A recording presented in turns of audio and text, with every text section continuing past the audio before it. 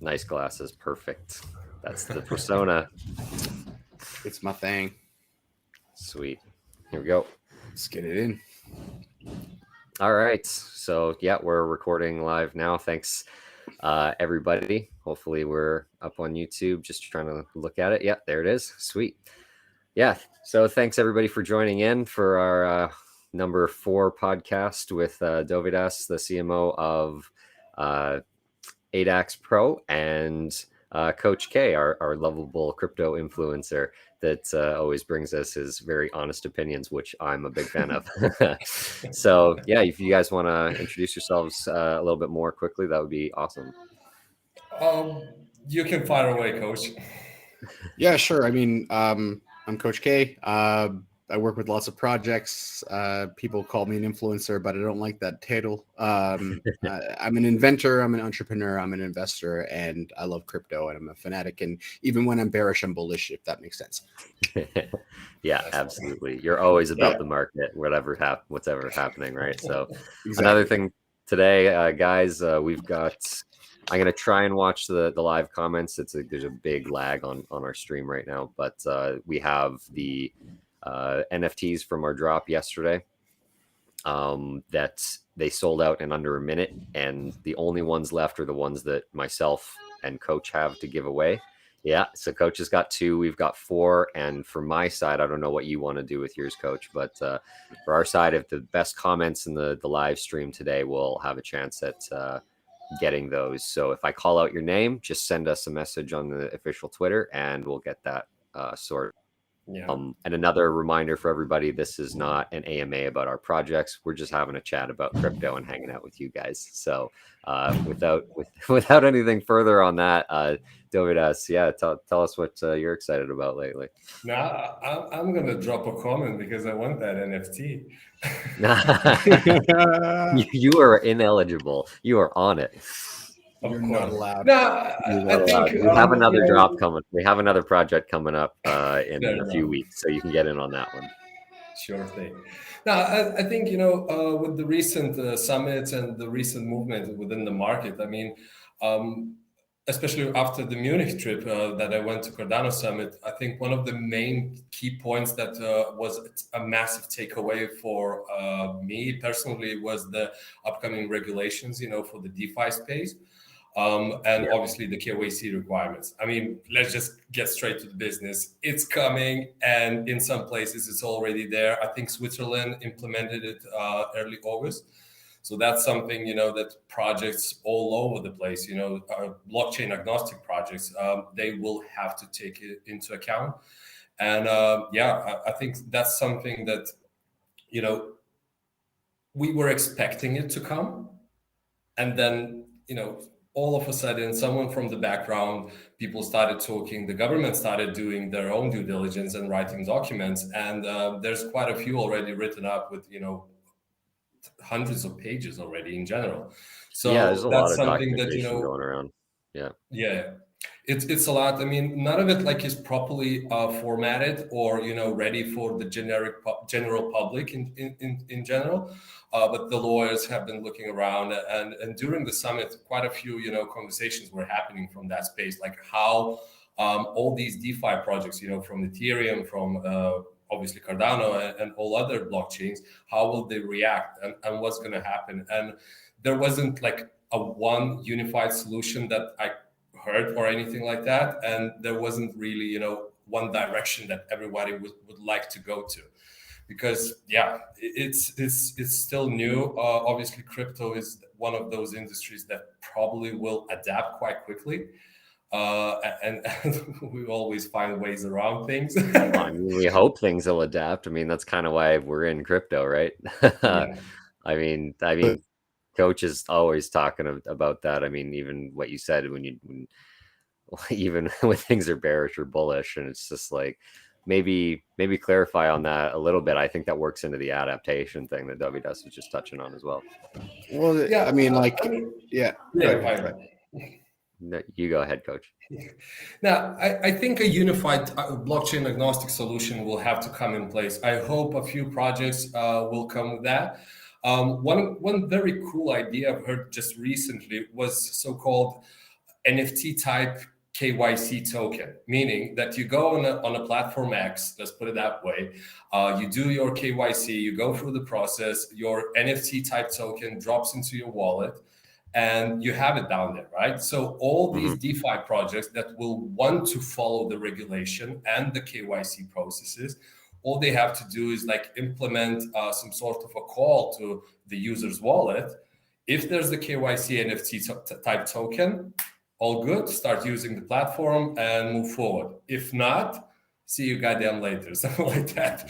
So, I mean, that's something that I would stand by, definitely, because you don't want some sort of a centralized entity or project to kind of go through people's documents and stuff like that, and having it like, I think Coach mentioned it, sort of a biometric approach, very automated, etc., and have it as an NFT approved token or something like that. The biometric side is the biometric thing was something we talked about off camera a little bit right before we started. And I think Coach, you mentioned Photochromic is the project coming up, right? You want to touch on that?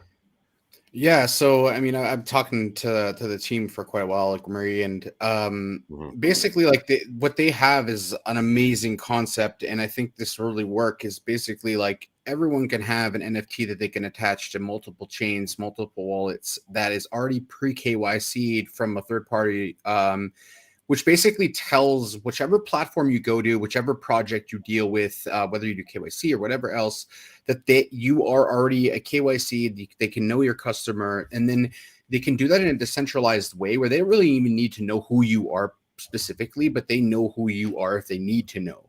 And so it becomes more of a decentralized process instead of like you always going and giving your passport and your information every time. Like anyone who does a SAFT, like myself, when you get to 100 SAFs and you've done KYC 100 times, it becomes really like a pain in the ass. Because what happens if you're, what happens if it's COVID and you live in Thailand and your Canadian passport expires and you need to go and send it to Canada and it's got a 3-month waiting list now. So now I don't have a passport for 3 months. Who's going to do my KYC?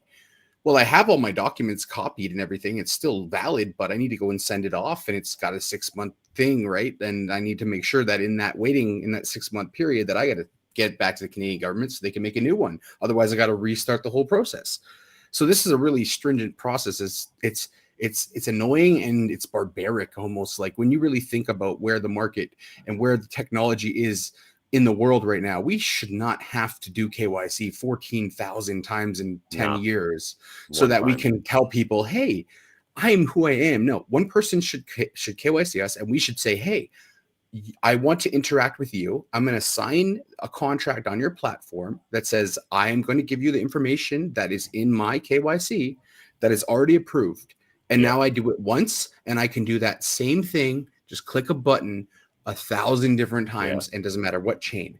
The second we solve that comes down to a trust thing, though. I feel like, like people are just going to worry about what you're talking about having this one KYC thing that almost sounds like it's centralized. I know it wouldn't be because it's just an approval process, right? But then here's the thing. Do people trust that approval process? Who holds your KYC? Who holds the documents? Who holds the approval? You do. It's in your wallet. It's under your biometric scan. So no one can just be like, oh yeah, I want your information. They would have to actually have you there. And the thing is that the cool thing about biometrics now is they can actually tell if you're under duress.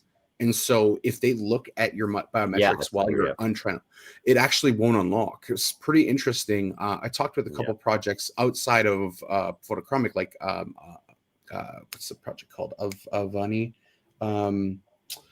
Name is slipping my mind, but there's another project doing a wallet and they're doing similar KYC stuff. And it was like these things kind of click. And I think once we can make things easier for everyone, like I think the problem with crypto right now is everything is like, I need a payment rail. I need a way to get my money into cash because I need to pay for stuff. I can't use crypto very easily to pay for things. Once we solve all those simple things, which they really aren't very difficult, no, I think then like your mom and your dad will start using crypto, right? Like, and it's such an early stage of adoption. I know we've talked about this too, Dovydas, is that like people think that everything should be happening so quickly and all this stuff needs, and it's like, oh, they're late getting into the crypto game. It's like, no, this stuff's still just kicking off, like this is just, everybody's trying to get in, so it's kind of a wild west, and it's dirty and it's all over the place. But there's so many, the ground level is still being formed and shaped, I feel, in the crypto space. Let's make a reality check for most people that are listening. Okay, right now we have a $2.3 trillion market cap. Gold, which everyone is agreeing is outdated and Bitcoin is going to take over, has a market cap of $7 trillion. Mm-hmm. Put that in perspective, because if you think, and that's not just Bitcoin, that's all of the crypto market, 2.3 trillion. Bitcoin has maybe 1 trillion, just under $1 trillion. So when Bitcoin gets that type of adoption, where do you think we'll be? So if you think you're late, I thought I was late when 2013. I thought I was late again when I got back in late 2016. Yeah. I thought I was late in 2017. I thought I was late in, when I got it 16,000 at the wrong time, and then I sold it at a loss. The thing is, we always think we're late, but the problem is we're actually very early. And the reason why we know that is because it's still very complicated to use. Mm-hmm. How many people have tried to multi-send on Solana? I've done it. I sent all the tokens I had in my wallet to every single person until I had none left. And that wasn't what I was supposed to do, right? Solana, that was while Solana broke down and went offline for 7 hours. So the industry is still so new. Your fault, right? Yeah, it's shame on you. Damn it, you dick, coach. But But what it tells me, right? And I think a lot of people always feel like they're late because they see things moon and like, oh my God, it won't keep going. Guys, I invested in SHIB in 2020 in October. I bought $200 a SHIB, which is worth today $50 million. Yeah, I sold it for $200 of profit. Oh, good for you. I always hate looking back on those things though. For a regular term investor, right? It's just like, profits are profits, right? Like if you keep looking, it was a good $200 profit. Yeah, at that time it made sense. It was a shitcoin, right? Like it made no sense to invest in it. I just looked at the charts like last night, and I think my brain always like omits SHIB and shitcoins, and I saw it last night. It's like number 14 or something stupid. Like what is that? Did you see dog coins? Dog season is among us, man. It's crazy. SHIB, bone, leash. There's one launching like every day. There was Kuma. A ghost Floki yesterday, and one before that, like Doge Pound. All these other stupid things. It's just like, see, the thing is, the stupid ones are stupid, but for some reason, some of these are like actually legit. They have like multi millions of dollars of volume. Like people actually get behind these things.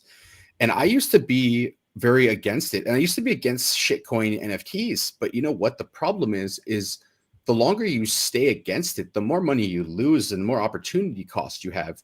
That's true. It's like as a trader, the trend is my friend. And, at one point I just looked at myself and I'm like, am I missing out on a lot of opportunity here? Because dog coins, I hate dog coins. I don't like them. But am I missing out on millions of dollars of opportunity? And I was. So I said, screw it. And the same thing with all the NFTs. I was like, I shouldn't get in Bored Ape Yacht Club. That's stupid. When it was like 5 ETH or something, whatever it was. And now it's like, how many ETH? The point is like, you have to suspend your belief in crypto, man. Yeah, go ahead, Dovydas. What is impossible in the real world is not impossible where we are. And we've seen it so many times. With all the NFTs, we had a massive buzz earlier this year. I think it was end of February, March, with all the... It was really January. And everything like that. But I think moving forward, even when we just spoke about the KYC part, the NFT type tokens are being, getting this sort of utility and usability. It's just, being adapted in so many ways that probably when they initially, kind of turned out, no one was expecting it, at least on a massive scale, So things like these, they come and go, the initial buzz of February and March, on all the NFTs in terms of artwork, etc. It kind of cooled down because I know a lot of projects out there, they wanted to jump on it, etc. Oh, this is the next big thing. And then it all cooled down. And some of the projects actually, literally just closed the shop. And now it feels like it's popping up again. You've seen Gary Vee and his own, platform, etc., with all these Be friends. usabilities and functionalities. Like going to a game with him just because you have that specific token, and having a conversation. I think the functionality and utility of NFTs is now being explored more. Like when it started pumping onto the scene, it was just artwork, and I think primarily now it's still artwork. But like talking about the KYC type stuff, talking about actual tokens that are NFT based for trading purposes. It's a lot easier. We're talking about identity markers with NFTs. Like all these different types of platforms. Like our node operators will be an NFT to know that they come from that trusted source, and that's how we can manage one of our functions of trusted node operators and actually have that traceable. So there's so much more function to NFTs than anything else. And an NFT I would like to explore is one from the chat right here. A question for Dovydas is, are you still single and why? And if that's the case, we can auction you off as an NFT to somebody for a date. I am still single, and there's already an NFT with my freaking face on it. So nice. There you guys go. You can go get your own Dovydas. Some of the guys minted it from the community, so it was pretty cool. But yeah, auction me out definitely. Yeah, and done. That's fair. I'm just trying to go a couple of potential questions in the chat. Let you guys talk about this one just because it's on topic. NFTs have been a big bubble right now, but like, where do we see them going? I think it's pretty apparent, but like, say 5 years from now ish in crypto, which is a long time. Like, there's going to be a lot of pillars. Would you like to see? Like where do you think it's going to go? I mean, there's going to be a lot of pillars of what NFTs are. They're going to expand. It's going to be like its own L1 where you see it just go like, and there's a ton of shit that comes out of it because, like, I mean, we're talking about identity. We're talking about e-commerce. We're talking about, collectibles, art, like wine. There could be so many things. Yeah. And then there's the whole gaming side, right? Like that's just a monster. There's fashion, like you buy a Rolex, you get an authenticated NFT that goes with your Rolex. So when you want to resell your Rolex, now they know that it's real. Yeah, because that's a huge problem in the real world, right? Like entertainment factor like that too is like game, going to a game, baseball tickets. Yeah, I mean, a gaming type stuff, but I mean, even in like music and things too, and say like signed posters and autographs. Like right now, 100%. You have to have these authenticators that think they know what everything looks like and all this tech to manage it. And it's like, well, if it just had an actual ID tag to it, and that's it. That's all you need. Or, right? or there's this company that I worked with and built with Nick Rose called Eternity, where we actually get those actors, celebrities, and sports stars to actually authenticate it themselves and say, yeah. we like Eternity. Like Shaq just signed with us and did a video. And that's the stuff that is so cool. Like I love the collectible side. I when Nick pitched the idea of Eternity to me, I was telling everyone I'm too busy. I have no time.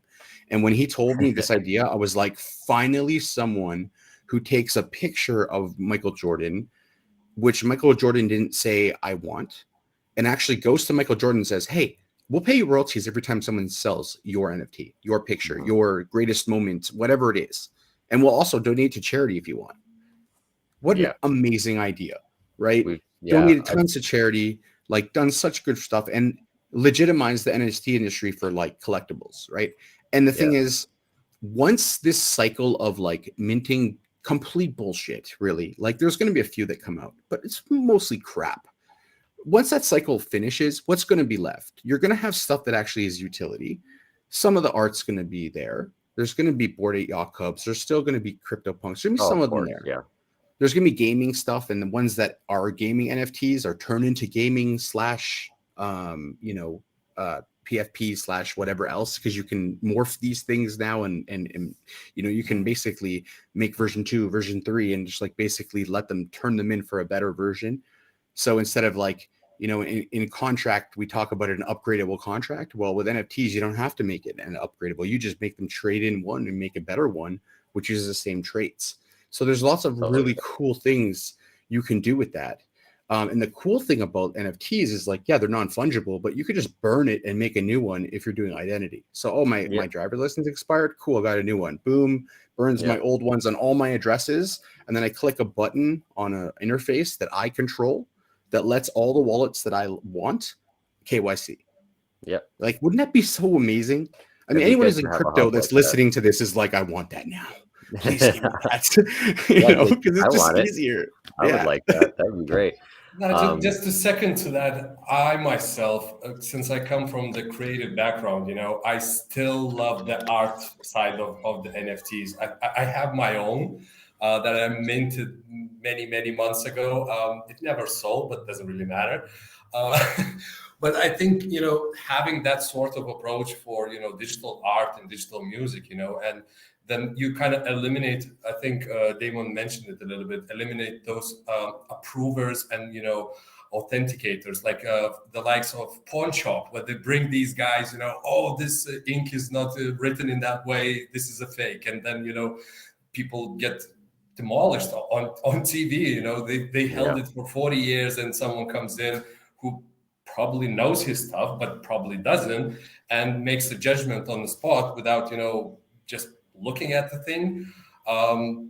Doesn't work that way with NFTs. You know, you have the authentication, you have the uniqueness of the, you know, of the piece or the token or whatever it would be. And I think that's, you know, the way to move forward. And I hope more and more adoption will come with that. Yeah, I think adoption is a big deal in the space right now. And obviously, Coach, you're more ingrained with the day-to-day everything. Me and Dovydas are building a lot of stuff. And so I'd like to ask you, like, how you see things going right now. Obviously, we're not following a typical cycle, you know, of Bitcoin anymore, because I feel it's because of adoption, right? And it's kind of disrupting the system. So like, obviously things are off. It's hard to track when a potential like bear market might come, because that should have happened already in my books. You know? Not. I honestly thought the end of the year. Here's the thing that I thought. I thought we would follow a regular cycle. Yeah, we had a huge dip, and I kind of basically felt it coming, and it came. And then I said, like, you know, if we're going to still stay bullish, we need to get bullish by around this time. And it pretty much within a few weeks of that time started getting bullish. And now we're in this bullish movement. And in September, we only had one other time this ever happened, in September 2013. And so we can't really use that as this would have happened. We would have known. We just have to trade based off of technical. And the fundamentals were saying that institutions keep coming in. Institutions keep coming in. ETFs are coming. All this stuff is coming. And the thing is, Michael Saylor keeps posting, I bought 500,000 or whatever, $500,000 or $1 million or $100 million of Bitcoin again, or whatever it is. He keeps doing that, even though the market was coming down. It didn't matter. And the thing is like, we had a nice retracement. Now we're breaking out. And honestly, I think we're going for all-time highs for sure this month. Like it's going to come probably this month. Ripping in the last few days. Hey. Yeah, like, well, I mean, and just like up, and like for people that don't know, when Bitcoin dominance up, everything's going into it. And once people have those profits, they take that, they throw it into all the alts. So like, it's starting to happen already. It's already starting to pump. It's exactly what I wanted to happen, to be honest. I told people, like, if Bitcoin dominance shoots up, every day that it shoots up, it should shoot back down. And let alts recover and let it go up together a little bit. Not like let it shoot in a straight line up. And you're kind of seeing that today. That is a very small sample size, though. It could change over the rest of the week, but over the next like few weeks, it could change. But I really felt that the market was getting very bullish into October, and I felt like the 13th to 20th was really the breakout time, and we kind of overshot that a little bit, which is okay. But that doesn't mean that it's not going to be a huge movement coming anyways, still after this one. I just feel like we'll have a retracement on BTC, let alts kind of catch up a bit, and then Bitcoin will go for another move. And we want that. That's exactly the way we want the market to extend. We don't want the Bitcoin just shoot up every single day like SHIB has for 5 days. You want Bitcoin to shoot up a day, go up a little bit slower and then kind of slow down and let alts catch up and then go further. There's If we don't do that, healthy charts though, like if you don't do that, if it Yeah. goes straight up, it just drops super hard down, and then it's harder to recover because people get emotional and they go, "Oh crap, everything's dying," Yeah. And that's the problem with emotional trading and so many people coming. I'm sure, like I see that also, like between our two chats and when we're dealing with stuff, Dovydas and our projects. You have a very active community also, and it's just like when people start going, they can get a little bit emotional. Hey, Oh, emotion is probably the single leading factor for people losing money. Yeah, it's also it's one of those things that the second you start trading, right? And here's the difference between a trader mindset and like a retail mindset. A trader mindset is like, I have X amount of dollars, whether it be $1 million or 100,000. Let's say it's 100 million, doesn't matter. I have this much money. I'm going to trade 1% of that, and I could lose that. And if I'm trading $1 million, let's say it's a $10,000 loss on a loss. So I know before I go into that trade, I'm going to lose that. And I'm okay to lose that. The problem with retail is they're not okay to lose that, and they risk more than 1%. They're risking a lot heavier. And when they see the market dip, they get really scared. And that fear makes them not want to lose more, and they cut their loss. And that ends up causing the market to dip further. And every time you see your low caps dip really hard in a day, it's because some big person got scared, cut a huge chunk of the market, and people saw that and they started getting scared, and it causes a cascade. Yeah. And so that's why emotion can benefit you so much, because when people are doing that, you realize it and you buy the dip because you see it happen right in front of your face. All these wallets dumping 5-6 ETH at a time. You see it. So you try to understand people instead of the market, and you'll make more money. It's crazy how I say that, because most people tell you, oh, TA is everything. And even I tell you that. But I know from TA if the market's bullish. But I know from sentiment if people are bullish. And if the market's super bullish and you guys are like, yeah, I'm not bullish. I think the market's market sentiment and market psychology is how you should play it for sure. Yeah. But it's a long-term game. And everyone wants to get rich quick in crypto. Oh, yeah. And that's the problem. Yeah, and I know, Dovydas, you've dealt with that a lot. Yeah, go ahead. Yeah, just to kind of add to that, because you did touch base, that this crypto cycle is completely different from all the other ones, For me, it's not a big secret. It's my first cycle, let's put it that way. So obviously I've seen the historical data and stuff like that. But I think what was one of the major key factors was obviously COVID. I mean, 1.5, 2 years now. A lot of the initial pump was done by people who couldn't travel, couldn't go to the restaurants. They had a few spare bucks here and there. Obviously a lot of people got hurt from COVID and lost their jobs and savings and stuff like that, but there was also a fraction of them who actually put money into crypto and saw the gains and everything. And then obviously when markets cool down and some sort of a correction comes in, everybody freaks out because, everything was going up and up and up, and now it doesn't. What the hell is going on? I'm going to start selling, and then it rebounds, goes up again, and you're just in this massive loop just because, of these amplified emotions by, the events that are happening around you. And, it's just crazy. Emotions, I think, come into the space more so, and I've always been a advocate of education, right? Like if you don't know what's happening, if you haven't looked into it more, if you haven't, what Coach said is looked at the sentiment and looked at like the psychology of how it's going. It's just when people don't know information, their base instincts kick in, and that's going to be the FUD that rolls around, and then you get emotional and you can't control how you do that. So the way you can control that is to educate yourself a little bit more. And that's why everybody has the DYOR, you do your own research type thing. But I think that's a little bit dangerous for, the amateur as well, because it's like you can start researching, but if you don't know how or where or what to look at, then that research isn't very viable, So I think it's really good to try and keep a level head, try and take yourself out of it a little bit, and look from a different perspective before getting too emotional. Just going on that point. There was just a very well-timed question as soon as Coach started talking about this topic from IDK6 Yahoo, you just said, what separates a pro from the amateur? We're already talking about that. I think it's amateur and knowing how to play the market via psychology and people, and not not the TA, because TA is magical, like mythical is what I'll say. And so I'm gonna give him the NFT that we have. So that's for IDK6 Yahoo. Yeah. Go ahead, Coach. TA tells you, okay, here's a big thing in crypto that I notice that is really emotional, and an emotional response is a lot of people, when I say I'm bullish or bearish, have an emotional response to that. Do you know what makes a trader bullish or bearish? Only TA. The only reason why I'm ever bullish or bearish is because technical analysis on a daily chart is bullish or bearish. Yeah. So I say, holy crap, we're bearish all of a sudden. And people are like, oh my God, Coach is so bearish. Guys, I'm the biggest bull ever. I've been in crypto since 2013. I'm not a noob. I've been here. I've been holding Bitcoin since 2013. So I understand this market really well. And I'm a very big bull. But at the same time, like, you know, I understand where I'm at. And I think that a lot of people need to understand where like the mindsets of different people come from. Like you have the trader mindset, you have the investor mindset, you have the flipper mindset, you have the scammer mindset, because in crypto, those are all relevant. And you need to know who has what mindset, because you need to know who to work with.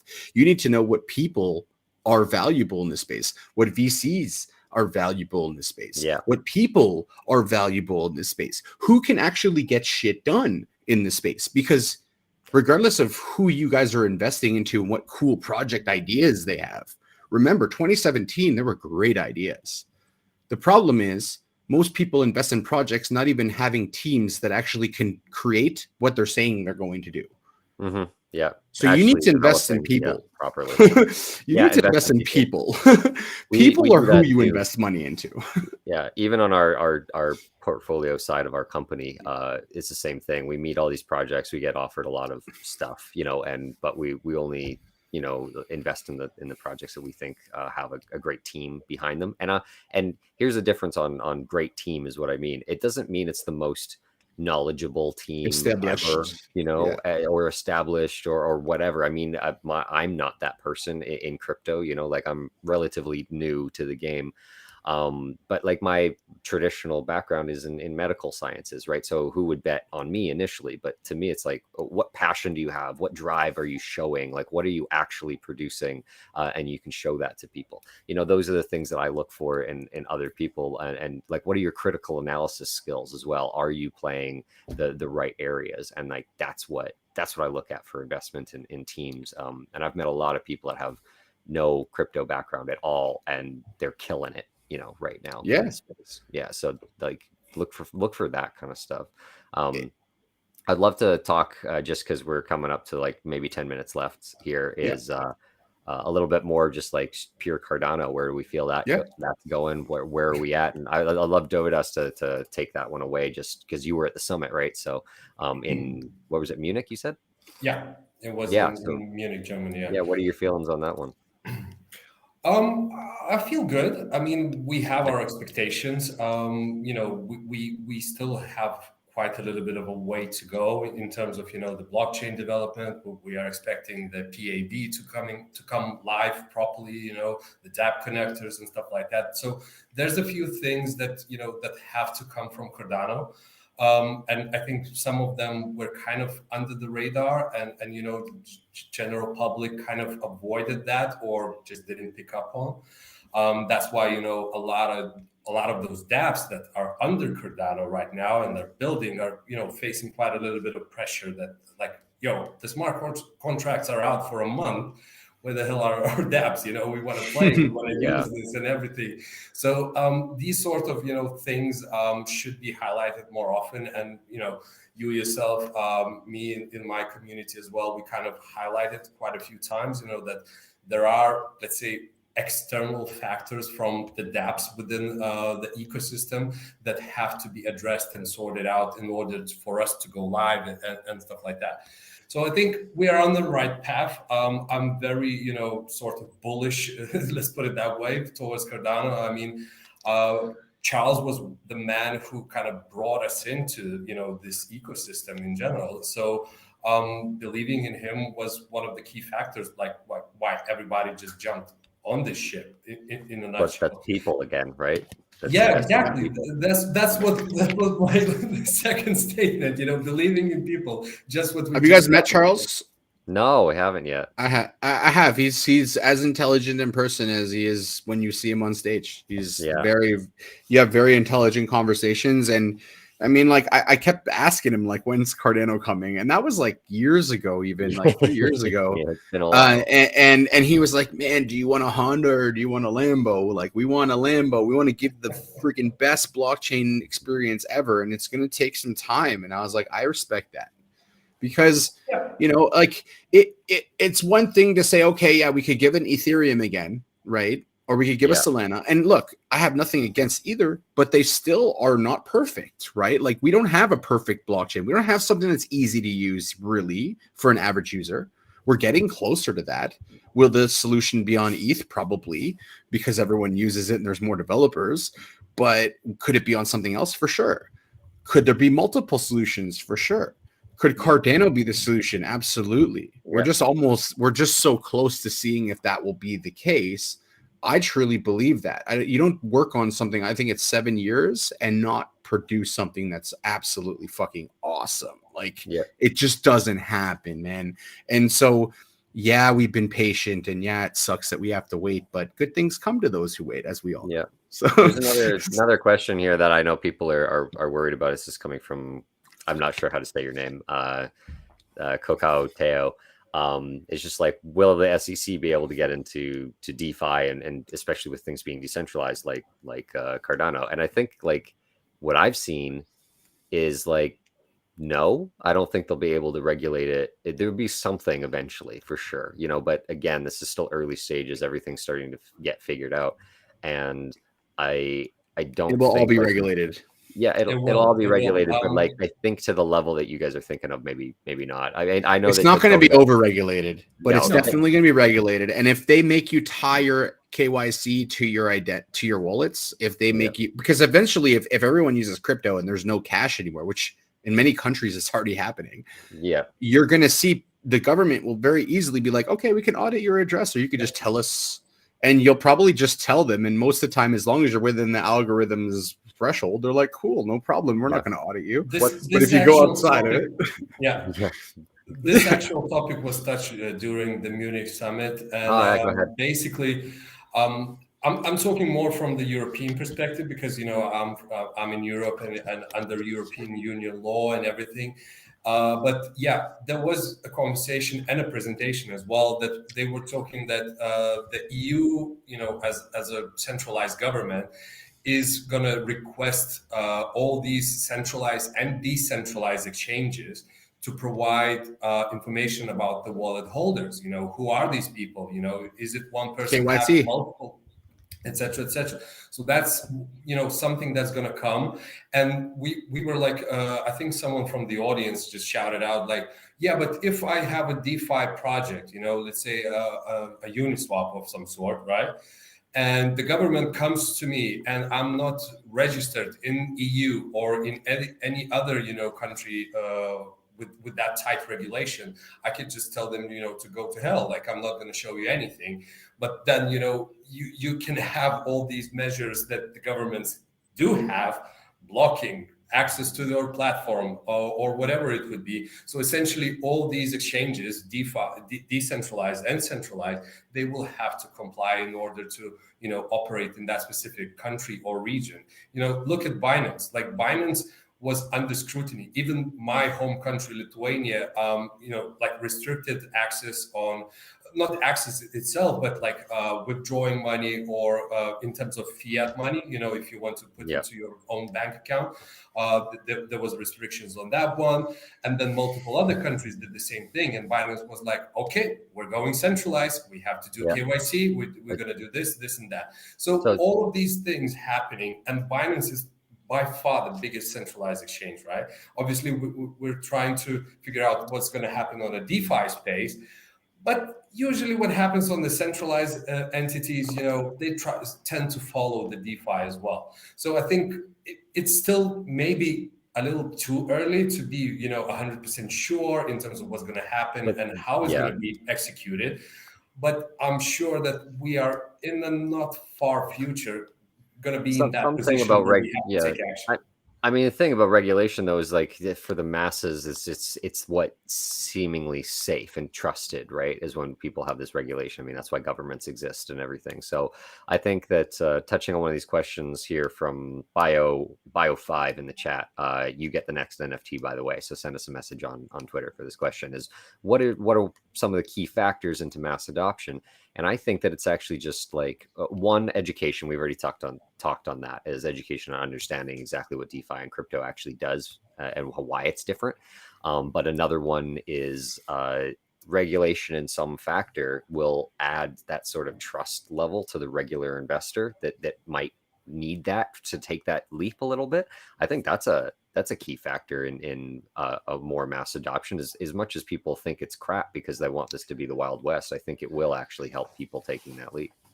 It's all about simplification. Like people talk about this ultimate DApp. What's it going to be? It's going to be a wallet that I can use and I can link to my bank and link to my crypto, and it's seamless. And I don't have to worry if I have USDT or Bitcoin. I can just spend it anywhere I want to do it. And like, we're already there. The fact of the matter is we're already there. The technology exists. It just has to be put into some type of regulatory process so that, governments are okay with it and it's still not over-regulated. Like, everyone's okay with regulation. Like, if I get scammed, I want to get my money back, right? And regulation lets that happen. So regulation is not bad. It's when it becomes like China regulation, where they're like banning you from the country because you have miners. That's too much. So you want to make sure that there's not too much to the left and too much to the right, but somewhere in the middle. So everyone's kind of happy. Yeah, maybe they're going to pay some tax. Yeah, maybe there's going to be, things that you don't like. But overall, if we can find a happy medium within there, that if you do get scammed, you'll get some of your money back and things, I think we're going to start seeing the crypto adoption happen on a mass scale. Because your mom and my mom, who are older, who don't want to worry about, they have retirement funds and they're going to live off of that.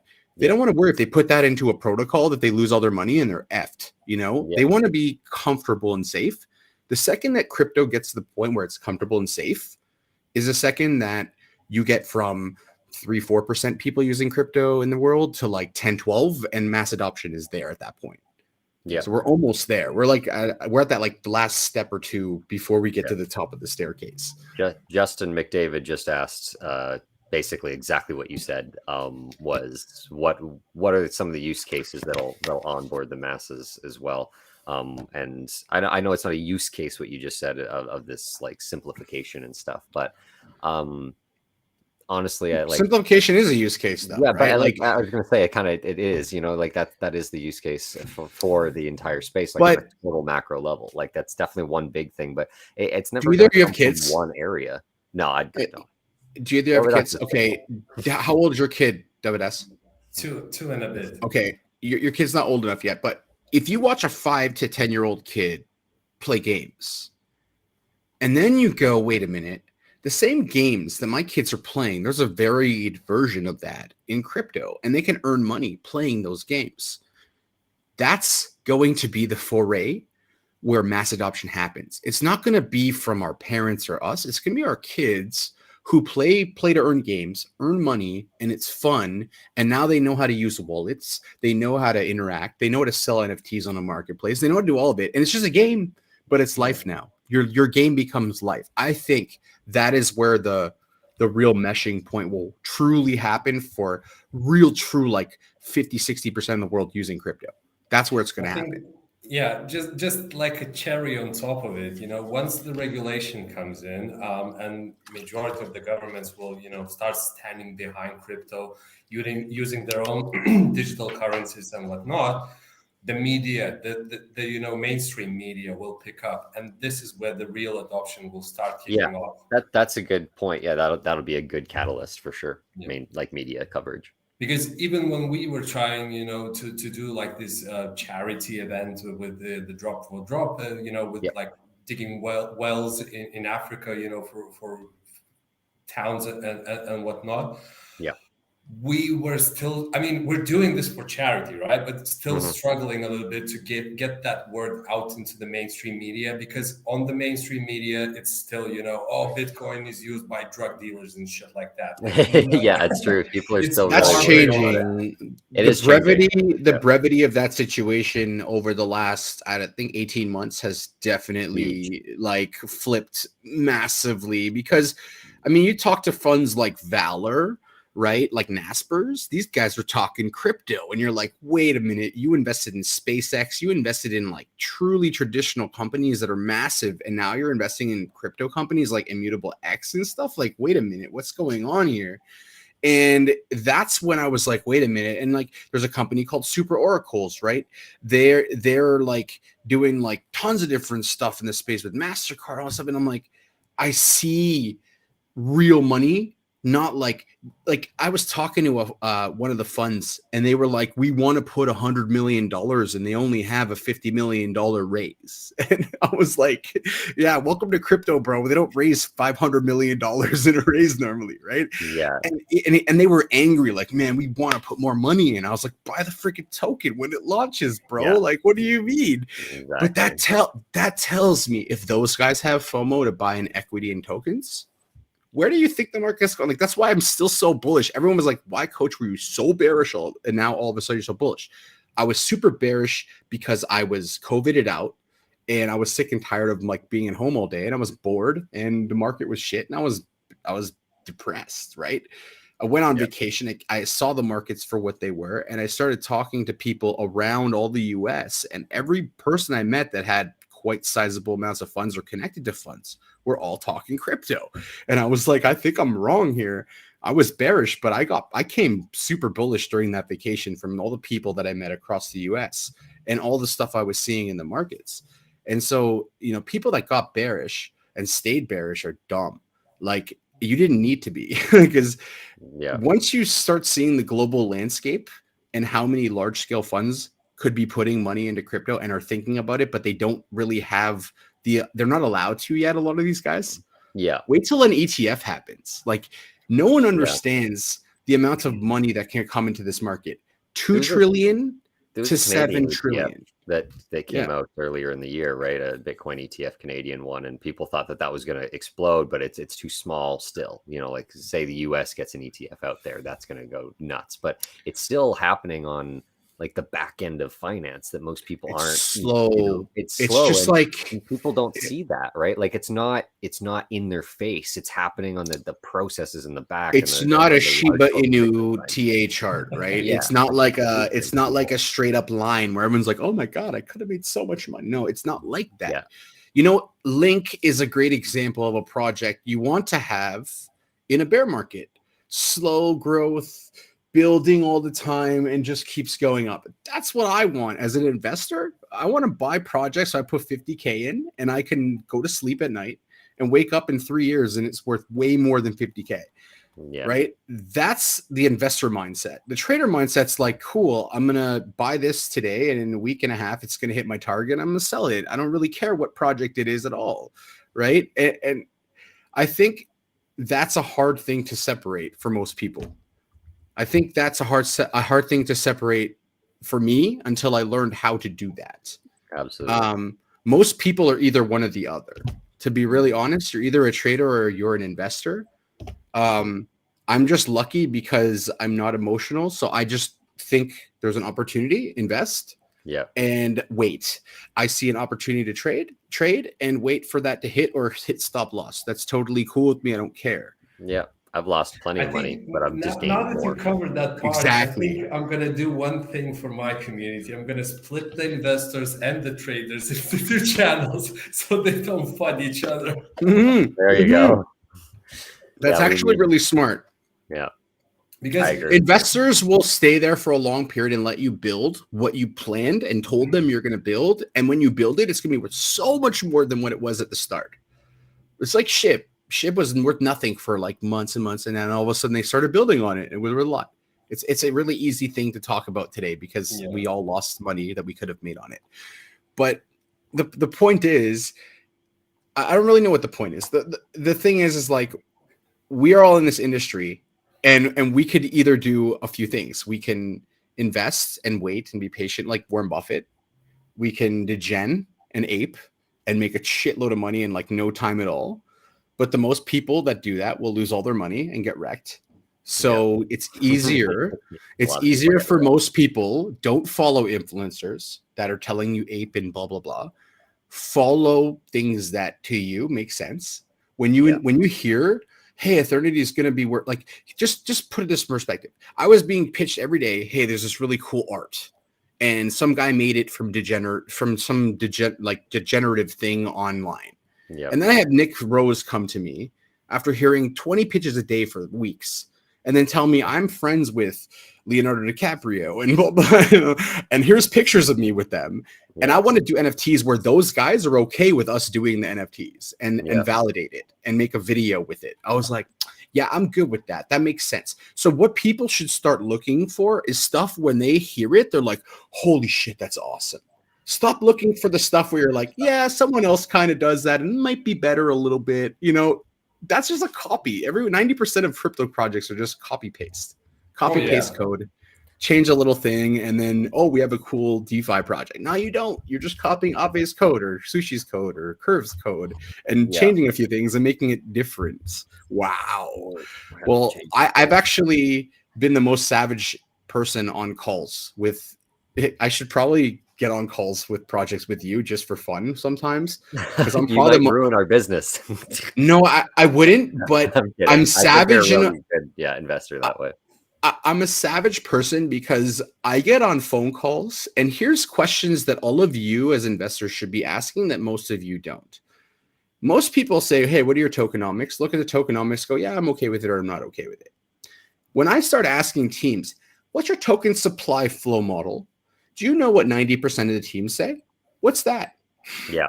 They say, what's that? Don't know their general. And I go, okay, well, here, let me ask you a question. When you sell your token in pre-sale, where does it go to? It goes to your pre-sale person, right? Cool. What happens to the token after that? Where does it go to? Where's the utility? And where does it come back to you as the platform or whatever you're doing? When does it come back to you? Because ultimately, some point it's going to come back to you because you're going to have to redistribute your tokens, right? And they're like, no, we're not doing that. And you're just like, wait, you're a play to earn game, yet you have no token redistribution model. How the fuck are you going to have tokens in 2 years? You're going to have no tokens. Everyone's going to get all the tokens. They're going to be worth zero because you have no actual models for revenue. Because that's the next question I ask. What revenue models do you guys have? How are you guys making your token add value? Because yes, you're not supposed to be working to make your token have value because that makes it a security. But you're supposed to be doing stuff that the platform people want to use and buy your token to use the token. Most of them don't have the answer for that shit either. They're like, I don't know how we're making money. I don't know how our money is going to add value to our token. Well, sorry, you've now failed every single test that I've given you. And here it is. I tell projects to I had a project today. I'm not going to name names. I had a project today introduced to me how he's going to make payment rails so much easier. I said, hey, bro, you ever heard of Cody? You ever heard of MobiPay? Have you ever heard of Equify? Have you ever heard of all these other projects that are already doing exactly what you're saying you're going to do? What is your USP? They were like, oh, we have this big influencer. I was like, sorry, dude. I could be your big influencer, and that's not going to help. That's not enough, right? Like that might help you on like on launch day, and that's it. You know, like, that's about it. I totally agree with you. It's just I think the influencer market is a little bit, overhyped as well. I'm sure it is. Most of the projects had to use them, in order to spread the word, and neither my project or Damon's project avoided that. We had to.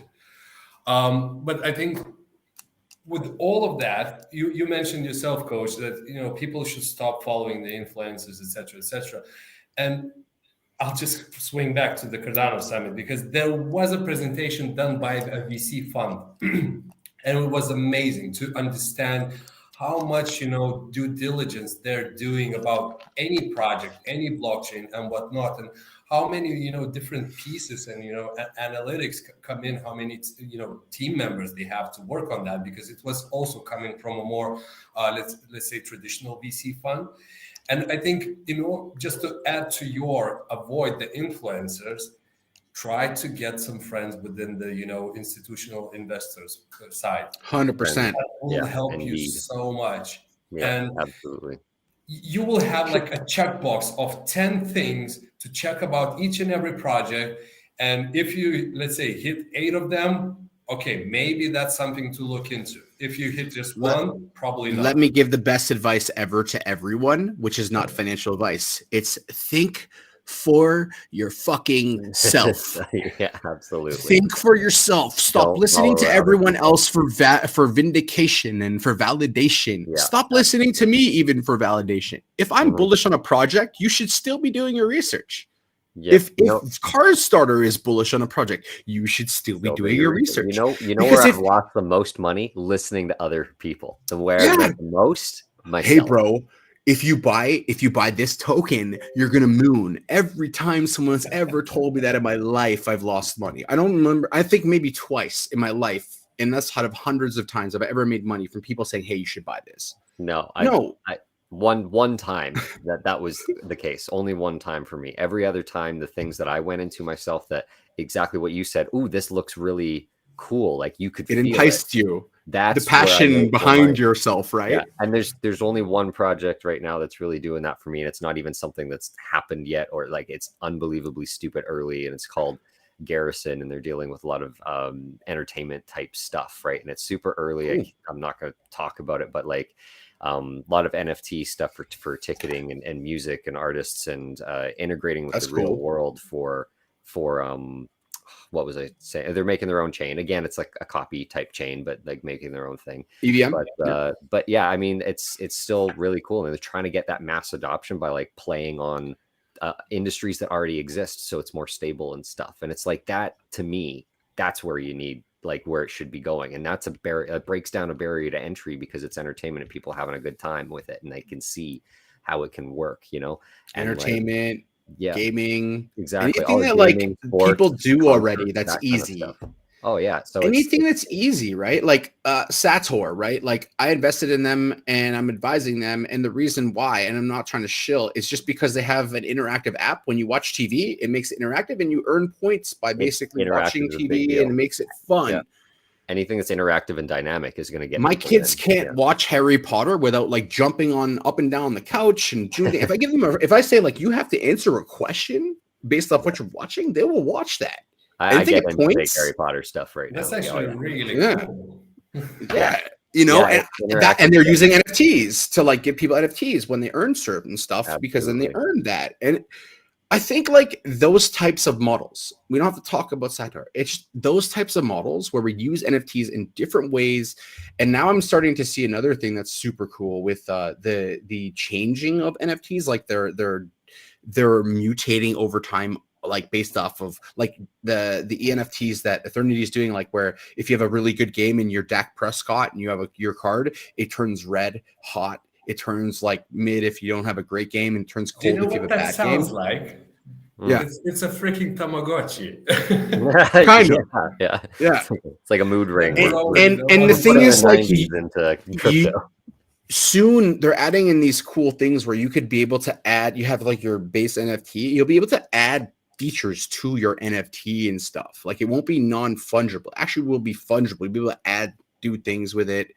So a fungible NFT. So like in game, that would be awesome, right? You can customize your character, your car, your house, your anything, and like it's all NFTs. And as much as like I keep saying it's all NFTs, guys, when you're playing a game right now on your phone, it is all NFTs. Like that's the thing. When you get a box and you find a box and it has a bunch of shit inside the box and build something, those are all NFTs, collectibles. Freaking World of Warcraft collectibles back from 2009. Guess what those are?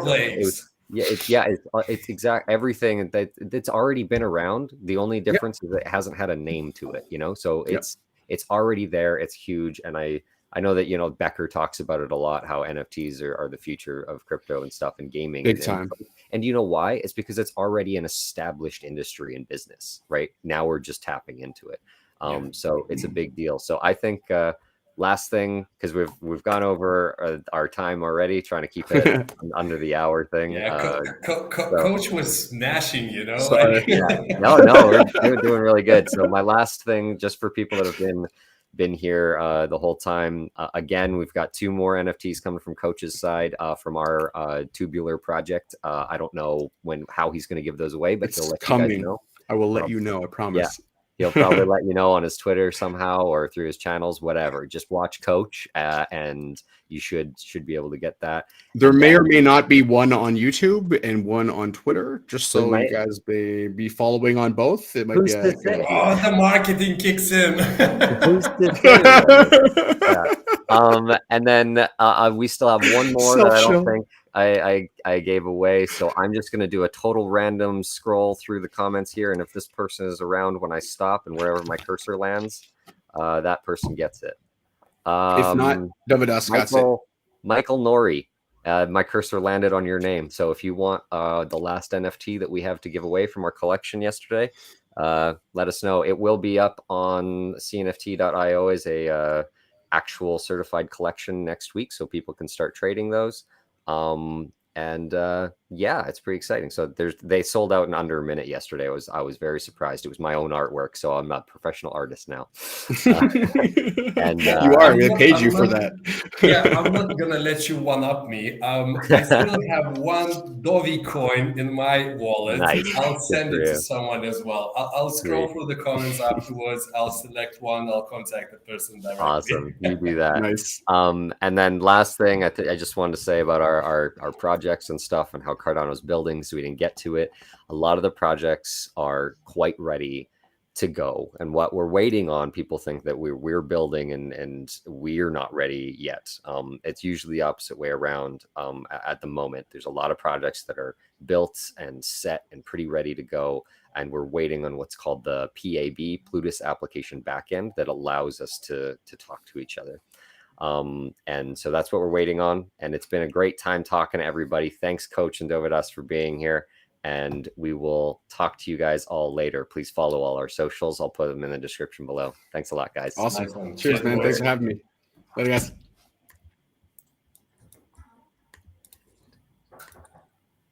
Boom.